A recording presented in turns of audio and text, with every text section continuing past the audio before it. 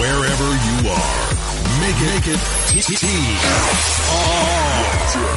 Truth Frequency Radio. Now, David, in Barcelona, we were chatting before we went on air today, and David's been regularly giving us updates on this independence movement. I just want to say that Catalonia is a country that's got a huge amount of cultural influence in the world, because that's the place where Picasso lived there. Salvador Dali is a Catalan. The world's most famous architect, Antoni Gaudi. Check out Antoni Gaudi if you've never heard of him. It's Gaudi, the world's most amazing architect.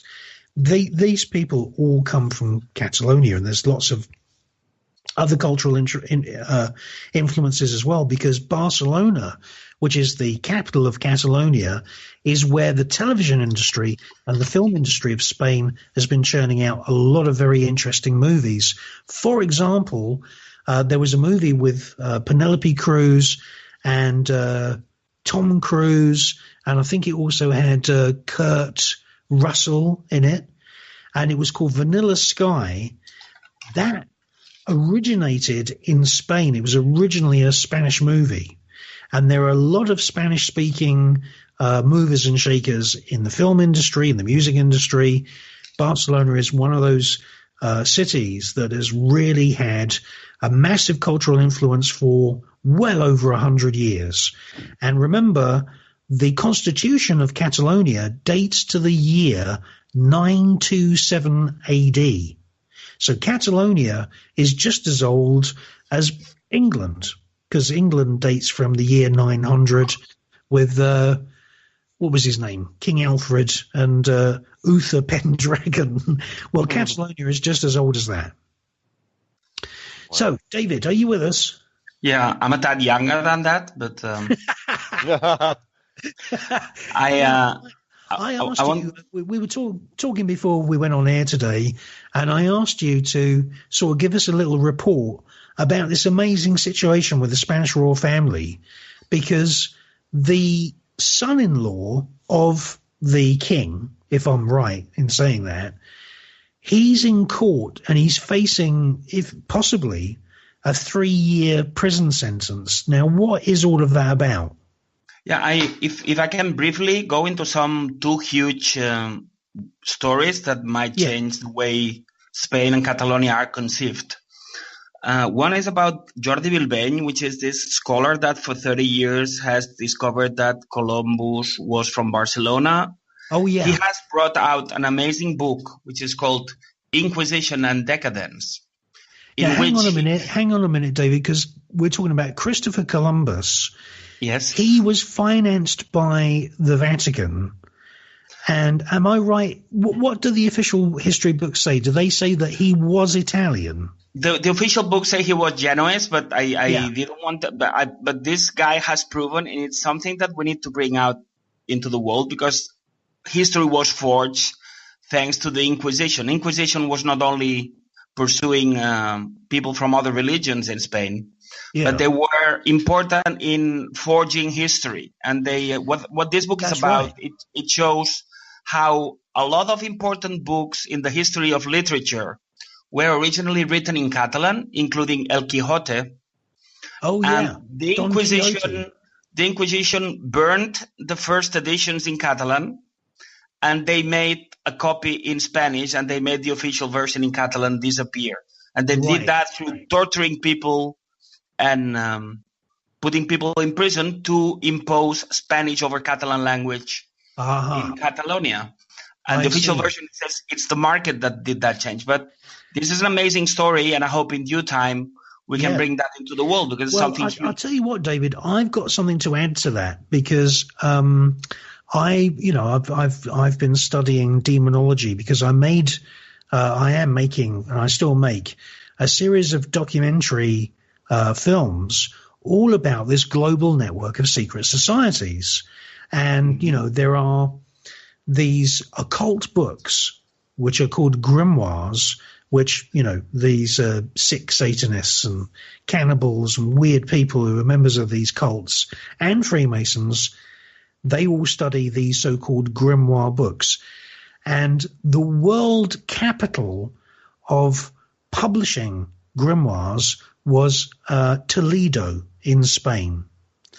And that is actually featured in the Roman Polanski movie The Ninth Gate, where he's hunting down the original copies of this book on black magic, and he actually goes to an old bookshop in Toledo. And Toledo was the world's epicenter of black magic.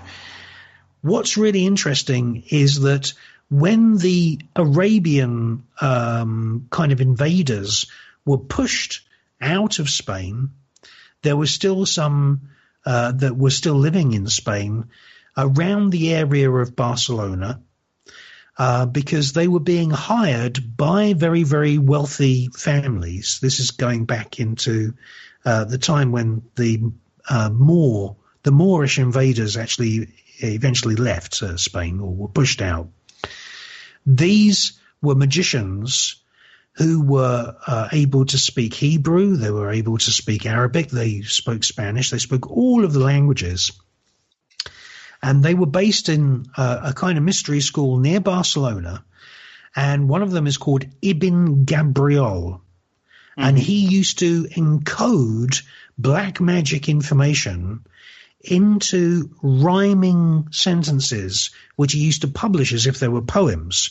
And the reason they used to make it all rhyme is because, you know, the aristocrats, they used to pay him to teach them how to summon demons, didn't want to get busted, because it was written in rhyme. They could say, oh, well, this is nothing to do. As if I would have a book of black magic in my castle. Of course it's not. It's poetry. And this is this guy. His name was called Solomon Ibn Gabriel. He lived in Barcelona. He also lived in Castelldefels, and he also lived in Sitges as well. And very, very interesting guy. A big Arabian expert in black magic. And as I say, he was employed by the richest dudes of the era. Yes. I just thought I'd throw that in. And before we go to the royal thing, I'd like to, because you're using black magic and the quest, not using it, talking about it. I hope not using it. The other thing I need to say is, because it's a very huge story, the team I lead has unearthed. And I need to say something as in protection, because the level of danger for me has gone up. This week has been the second anniversary I started a hunger strike to denounce that everybody running Catalonia independence movement are actually moles that work for Spain. Yeah. We have proven that from the president down to the guys in prison, all of them, every member of government and every member of Catalan parliament, they work for Spain. I have proven that. I did a conference where 60 people there, but thousands of people have already seen that. And in 5 years, nobody has been able to prove the contrary. Now, hang on a minute, David. Now, hang on a minute. Are you saying that the politicians that were thrown into prison for being part of the referendum, over whether Catalonia should be, an autonomous independent country, yes, are you saying that those politicians who were imprisoned are also moles? Yes, because I've known some of them for 30 years. I shared responsibilities in university with some of them. Wow. Some of them are accomplices of me being kidnapped and being chemically tortured, censored, and pushed towards suicide, which I'll never commit. Do you know what this reminds me of? This is like Tinker Tailor Soldier Spy, where even the top bosses of Her Majesty's Secret Intelligence Service, even the top bosses were actually moles working for, the Russians. Yes, here's for the Spanish. We're talking about one of the biggest histories in Europe, and this is a call to human rights lawyers, to students of journalism, or to benefactors, whoever, because we have the truth and we have proven it and we can prove it. But they're possibly moving on towards exercise maybe extreme prejudice, because I'm the person leading this movement for truth. So I needed to say this here. Yeah, what you're saying, David, is that, you're one of the leading lights in this independence movement, and they've played this game, like I say, it's like Tinker Tailor Soldier Spy, where supposedly pro-independence politicians are all fakers, even the ones that were put into prison. Yes, because the plan is to have a Scottish-style referendum that will lose because it's been moved 4 years away from our zenith point. 4 years ago, we had a 40-point difference in favor of independence. And they have procrastinated doing the slow boiling frog thing. Yeah. And that's why they had to put me in a mental place. And we were afraid they were going to use electroshocks on me. Yeah, now you mentioned this before, but are you saying now that the situation, it means that if you like do you have like a Spanish version of MI6? I suppose you do. Yes, we do. And these people have been planted there at least since 2004, Puigdemont, Junqueras, and them all. So they've been promoted. So you're saying that Puigdemont... Yes, I've proven it in Radio Hadrian. It's proven. Wow. And where is he now? Because he was with the authorities in Germany. He's in Berlin. Now they try to change the law so he can be elected through internet. But that's only to possibly push us towards new elections, because a lot of people I know to be moles are pushing for him to be re-elected. So nothing is what it seems. It's a smoke screen. It's like a mirror situation. Yeah. Both sides play for Spain. And only the people I lead from Directe 68 are trying to move away from this controlled situation. And that's why it's got to be not scary, because I'm not afraid. But some slander campaign from a journalist I consider to be a friend have started. They've started lying against me again. And I'm afraid they might try to put me in prison or something to have an accident. I see. So I wanted to say it out here, because if something happens to me, like I get attacked and killed by butterflies or some of these weird ways of dying. So it's out there that we have exposed it, and we need people. We need some finances, some people, some arms, because it's a huge story. And I've proven it. And thousands of people have already listened to it in Radio Hadrian. And nobody has been able to prove me wrong. Nobody has been able to disprove what I've been saying. So we need help internationally, because it's huge. Wow. Now, I think it was last Sunday or the Sunday before, wasn't there a demonstration on the streets of Barcelona about something? What was that? Yes, there was a great demonstration, but it was 750,000 people. Yeah. But they were not having pro-Indi flags anymore. They were not singing independence anymore. And that's 1/3 of the people we were 4 years ago. So to me, it shows that we've been outmaneuvered. 2/3 of people are not demonstrating that were there 4 years ago. And they're not chanting independence, but they're talking about freedom of the prisoners. And it's like a step backwards, we are going backwards, pushed by our own leaders. And very important development this week. But even still, though, David, there were still 750,000 people out on the streets. Yes, but it's a lot. But, the images will show less pro-Indi flags than 4 years ago. So when they finally give the coup and they do a referendum we lose, they're going to have the images to back it up. This is like a film. The end of the film is we won't get independence and it will look like an accident. So they're producing all the material to make it look like pro-Indi movement is dying. And they're producing the images to show that. But some of us are aware of it, and we're not letting this happen, and we're going to declare independence in a people revolution the next 2 years to come. Yeah, absolutely. What you were saying about... What I was going to say is that the best policy in this kind of situation, it always works, is where you just ignore these ridiculous paper castles that these politicians paint in the air, because the reality is that Catalonia's constitution, as I said earlier, is centuries old. I think the Spanish constitution is 1989? 1978, but 1978. I would like to say, I mean, it's ridiculous. But on top of that, Spain has a world record, which is, as far as I know, it's the only country who's never been able to reform its own constitution by the ways its own constitution says. So they make very rigid constitutions, and then there's a coup or there's a war or there's something. They never manage to reform their own constitution because they're wrongly built. They try to make it sacred. They make it so sacred that when society moves away from that sacralized formulas with reinforced majorities, then constitution breaks. Every Spanish constitution has ended up in war or a military coup. Absolutely. I mean, we were at war with Spain for a long time. Now, the point that I was going to ask you to talk about, David. I'm sorry, but I thought those two things were important. I didn't want to.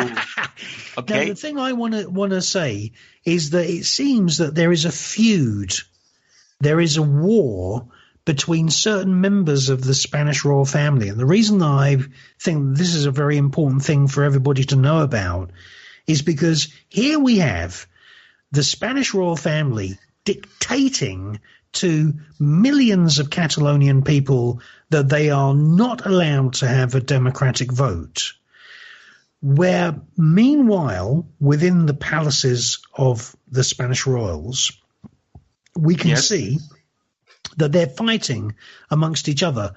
They're not a united family. There was an interesting video that the New York Times posted on its front page on the New York Times website showing, I think, one of the Spanish princesses blocking photographers from taking pictures of the old king's wife. Is that right? Yes, that's there's a feud between the queen, the now queen, and the queen mother. They don't get along well. And what you were asking before, it's true. The brother-in-law of the present king, he was condemned to 6 years in prison, but he was allowed to go to Switzerland to live the great life. And it was scandalous because the sister of the king herself was set scot-free because she said she knew nothing about the influence peddling, the fraud, and the things. And well, she said, I don't remember. And they were sent to Switzerland, where the Spanish people keep paying for their lifestyle. But now it seems that the sentence is about to come out, and he could go to prison from 6 to 10 years. But I'll tell you what is absolutely remarkable about this is because the British royals have immunity from prosecution. Yeah, but he is not royal because he's not blood royal. But the big question here... his wife is royal, isn't she? Because she's a princess, isn't she? Yes, but technically she could be, but actually she got a lawyer that is one of the 7 founding fathers of the Spanish Constitution. And there's not really a separation of powers in Spain. Wow. But one thing I want to say is the royals disappearing from Spain, in principle, it's a good thing. But the way things are moving, it seems to be part of a wider scheme to keep Catalonia under Spain. Okay, so it seems to us that the royalty is something they're ready to handle to produce a Spanish republic and to make Catalans to accept a republic even when it's a Spanish one. So there's there's some plan. Hang on, David. Some scheme. Okay, now we've got that. Now the thing I want to come back to, because we're running out of time, the BBC top story, they say that the independence movement in the Basque Country is dead. I just want to explain to all of our Canadian and American listeners, and I mean there's millions of people in the USA that speak Spanish or are influenced by Spanish culture. This is a big thing because the Basque Country is another country, another ancient country. Its capital today is a city called Bilbao. However, when you wind the clock back, the big cultural capital of the Basque Country is Biarritz. Now, I know that there'll be loads of people listening in, and they'll start writing messages on Facebook to me right now saying, "Oh, Chris, you made a big mistake because Biarritz is in France." The truth of it is this: there's more than 1 million Basque people who don't even live in Spain. They actually live in France. And for them, the center of Basque culture is Biarritz. That's why Biarritz has got this kind of amazing cosmopolitan reputation. Yes. And exactly the same thing is true with Catalonia. There's more than 1 million Catalans who don't even live in Spain. Yes. And this is why this is such an important thing, because if we see a Basque independence movement, a Catalan independence movement. This is going to create an earthquake magnitude crack in the New World Order as far as the European Union is concerned, because frankly, we're going to end up with 2 new countries, and they're probably not going to join the European Union. And if you look at the map, between the Basque region and between the Catalan region, you've got an independent nation which is not part of the European Union, and it's called Andorra. And so there's going to be very, very small corridors of where the European Union still has influence. It'd be like 3 motorways. They'll control like 3 motorways between France and Spain, and the rest of it is all going to be brand new independent countries. That's right, but it's phenomenal. But that's why they moved. And as you said, ETA has been dismantled this month. This week. Yeah. But that doesn't mean that the spirit of independence has died in Basque Country. It just means that the organization that, as far as I know, was controlled by Western security services has been dismantled because it doesn't have a use anymore. Exactly. ETA was completely infiltrated like the IRA. My sources say that Gerry Adams and Arnaldo Otegui, which is one leader in the Basque movement, they work for the other side as well. And I have it from inside sources. And that corresponds because they're supporting the Catalan process. When you find one truth, from that truth, you find lots of other truths. So as we know that everything in the process here is run by Spain, when we have people leading Scotland or Northern Ireland or Euskal Herria or all these places supporting the process, they're unveiling themselves. So that's why it's so important that we bring independence to Catalonia, because then we're going to unveil the schemes to keep the Basque, the Scottish, the Irish submitted. So it's from Catalonia to the world. That is why, I'll tell you what, David, that is why, I keep inviting you onto the show, because this is going to be one of the major nails in the coffin of the New World Order.